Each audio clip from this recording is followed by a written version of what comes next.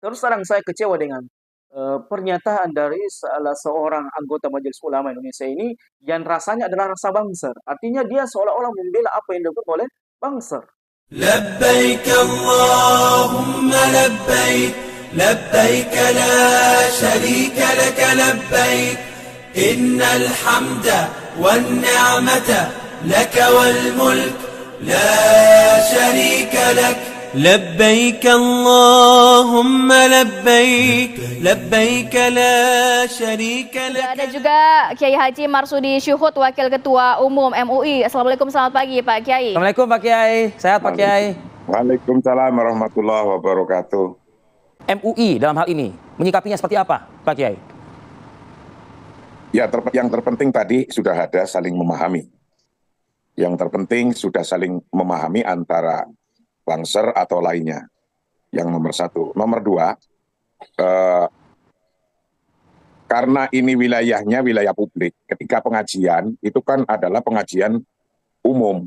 Ketika umum itu bisa, apalagi zaman sekarang bisa di-share, bisa disampaikan ke publik yang sangat banyak. Bukan di kelas yang tidak hanya untuk orang banyak. Ketika menyampaikan sesuatu, harapan saya itu penceramah-penceramah siapapun itu harus bisa menjaga dan harus bisa membatasi kata-kata atau kalimat-kalimat yang bisa membuat orang lain itu tidak nyaman. Nah, banyak kan, ribuan ustadz-ustadz masuk di Jawa Timur, nggak apa-apa. Banyak kiai-kiai ceramah dari Jakarta, dari luar, masuk di Jawa Timur atau masuk di Jawa Tengah atau masuk di mana, crossing gitu, itu nggak apa-apa, nggak ada masalah. Nah, maka ketika ada apa-apa atau ada masalah, maka mestinya panitia atau ustadznya itu yang kemudian harus melihat ada apa sih dengan saya, ada apa sih dengan ungkapan kalimat-kalimat saya. Karena sesungguhnya yang demikian itu adalah ada masyarakat yang kurang bisa menerima. Nah, di situ letaknya. Kalau yang kurang bisa menerima bisa ditemukan oleh kiai atau ustadz Basalamah yang dipersoalkan di sini, nanti ke depan saya yakin tidak akan ada masalah. Karena di Jawa Timur juga ribuan ustadz dari mana-mana datang juga nggak ada masalah. Kok ini ada masalah? Itu kira-kira. Kira-kira kalau Pak Kiai ya dan tim di MUI sendiri melihat masalah apa yang terjadi dalam insiden yang terjadi 3 hari yang lalu ini? Ya masalah ketidaksepahaman kan pasti kan. Nah, tidak sepaham itu karena apa itu? Mestinya harus paham, panitianya harus paham, ustadznya juga harus paham. Ustadznya, ya ketika ustadznya paham, karena kan mengetahui kalau ngomong kayak gini, tidak semua orang ini akan bisa menerima. Kalau menyampaikan kayak gini, itu tidak bisa semua orang menerimanya. Nah, maka harus sesuatu yang akan menjadikan masalah, namanya dakwah.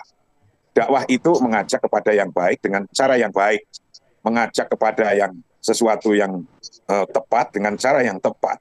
Jangan sampai mengajak kepada sesuatu yang baik dengan cara yang tidak baik, nggak akan kena, nggak akan nyampe. Itu kan kalau dakwah sesungguhnya demikian. Nah, ketika masih ada masalah, harus itu melihat dirinya sendiri, melihat kenapa kok aku ada masalah. Kenapa saya ngundang ini ada masalah. Panitianya juga demikian, jamaahnya juga demikian. Itu. Lah, saling merubah diri dan saling menyesuaikan diri, itu akan lebih tepat, lebih bermanfaat, dan lebih produktif daripada menyampaikan sesuatu hal di publik yang beberapa atau kelompok lain itu meyakini kurang tepat. Bismillahirrahmanirrahim. Assalamualaikum warahmatullahi wabarakatuh. Alhamdulillah hamdan katsiran thayyiban mubarakan fi wa man yuhibbuna wa yarda. Wassalatu wassalamu ala Rasulillah wa ala alihi wa sahbihi wa man tabi'ahum bi ihsanin ila yaumil wa ba'd. Ikhwatal iman rahimani wa rahimakumullah. Ada sebuah framing yang menyesatkan yang sengaja dibangun oleh sekelompok manusia untuk membela apa yang dilakukan oleh GP Ansor, begitu pula dengan Bangsen di Masjid Allah Subhanahu wa taala berkaitan dengan pembubaran kajian Dr. Syafiq Reza Basalamah. Jadi seolah-olah zaman rahmatullah apa yang dilakukan oleh GP Ansor, begitu pula dengan Bangser, itu adalah merupakan reaksi dari frontasi yang dilakukan oleh Salafi Wahabi, karena menurut mereka selama ini kajian-kajian Salafi Wahabi itu sering menyenggol-nyenggol atau sering menyalah-nyalahkan, membid'ah-bid'ahkan amalannya orang Nahdiyin yang notabene-nya GP Ansor dan Bansar itu lahir daripada rahim orang-orang Nahdiyin.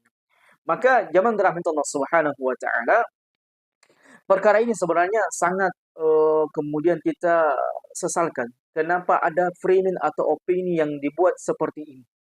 Sehingga apa zaman dirahmati Allah, seolah-olah bahasa dari apa yang disampaikan oleh salah satu anggota Majelis Ulama Indonesia yang baru kita dengarkan tadi, silakan ente berdakwah tapi tidak usah menyinggung-nyinggung ranah kesyirikan, ranah amalan bid'ah ataupun kemaksiatan yang selama ini ya tersebar di tengah-tengah masyarakat. Jadi seolah-olah zaman dirahmati Allah, jangan kalian kemudian mengkritik apa yang dilakukan oleh sebagian orang yang seperti ini kelakuannya.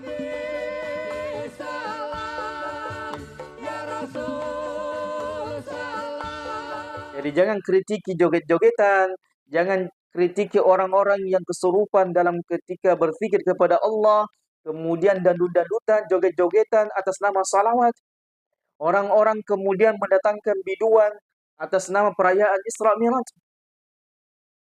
Inilah yang dikhawatirkan oleh Nabi SAW. Kelak ada zaman yang dimana pada zaman itu yang halal diharamkan, yang haram dihalalkan. Yang amalan sunnah dibid'ahkan, yang amalan bid'ah disunnahkan. Yang tauhid disyirikkan. Sehingga dalam kondisi seperti ini, Nabi SAW mengatakan, La tazalu ta'ifatum min ummati zahirina alal haq la yadurhum man khadalahum. Akan senantiasa nampak di tengah-tengah umatku sekelompok manusia yang mereka berjalan di atas hak.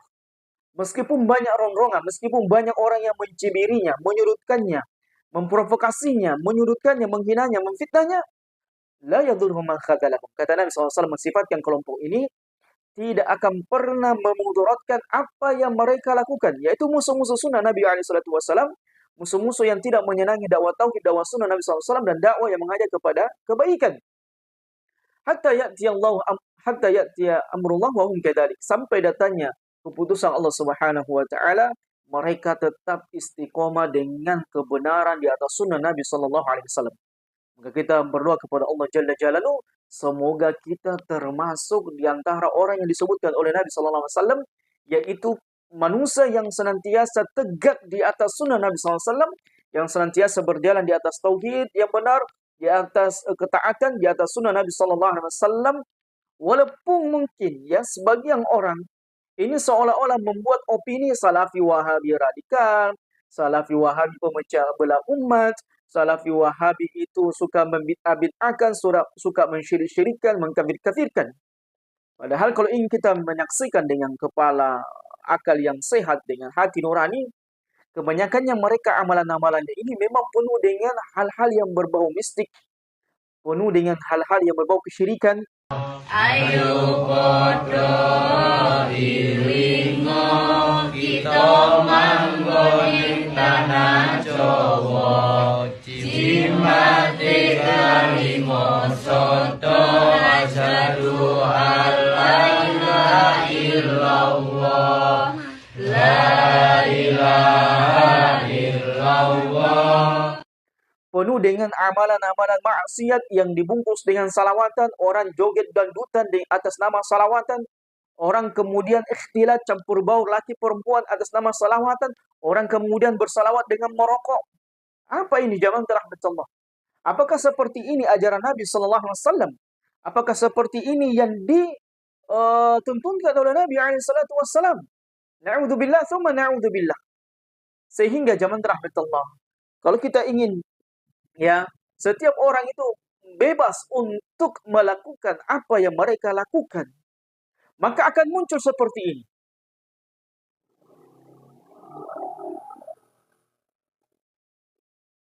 Orang di mana akan menghalalkan zina, orang akan menghalalkan kumpul kebo, orang akan menghalalkan musik, orang akan menghalalkan minum khamar.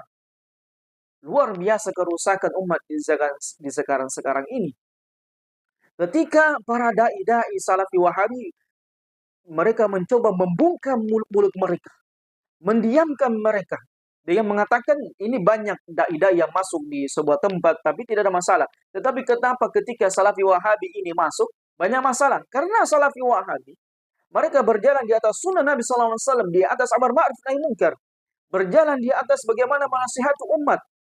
Ya, untuk apa kita berdakwah kalau tidak ada amar ma'ruf nahi munkar? Artinya sekarang ini kan lagi banyak viral, baik di TikTok, di Instagram, di YouTube, katanya yang penting solawat daripada nggak solawat. Loh, daripada jenengan datang solawatan lebih baik jangan solawatan. Daripada anda datang solawatan tapi nggak bisa menghormati Nabi, lebih baik jangan datang. Itu kalau saya. Setuju nggak? Sehingga zaman rahmatullah, untuk apa kita berdakwah kalau tidak ada amar ma'ruf nahi munkar? Untuk apa kita berdakwah kalau kita tidak menjelaskan surga dan neraka? Dan tidak menjelaskan apa-apa yang menyebabkan seseorang masuk ke dalam neraka? Dan apa-apa yang menyebabkan seseorang masuk ke dalam surga Allah Subhanahu wa taala? Apakah dengan dakwah model seperti dangdut-dangdutan yang dibungkus dengan salawatan, perayaan-perayaan bid'ah, amalan-amalan kesyirikan, kemudian kita halalkan, kemudian kita bolehkan, kemudian kita mengatakan, diam ente, tidak usah mengkritik, diam ente, tidak usah kemudian mencegahnya, biarkan orang dengan leluasa melakukan hal itu. Tsumma na'udzubillah, tsumma na'udzubillah min dzalik. Maka ini adalah merupakan kehancuran umat ini ketika mereka menghalalkan apa yang diharamkan Allah dan mengharamkan apa yang dihalalkan Allah Subhanahu wa taala. Oleh karenanya jamaah rahmatullah, beruntunglah kita semuanya bisa berjalan di atas manhaj yang hak ini, manhaj yang mulia ini. Walaupun mungkin banyak ronrongan, banyak tantangan, banyak hambatan, tetapi itu tidak menghalangi dai-dai du'atu ahli sunnah wal jamaah yang senantiasa berjalan di atas manhaj salaf ini untuk senantiasa menyerukan kebenaran sampai datangnya hari kiamat insyaallah taala. Hadza wallahu a'lam bishawab. Subhanakallahumma wa bihamdika asyhadu an la ilaha illa anta astaghfiruka wa atubu ilaik wa akhiru da'wana alhamdulillahi rabbil alamin. Wassalamualaikum warahmatullahi wabarakatuh.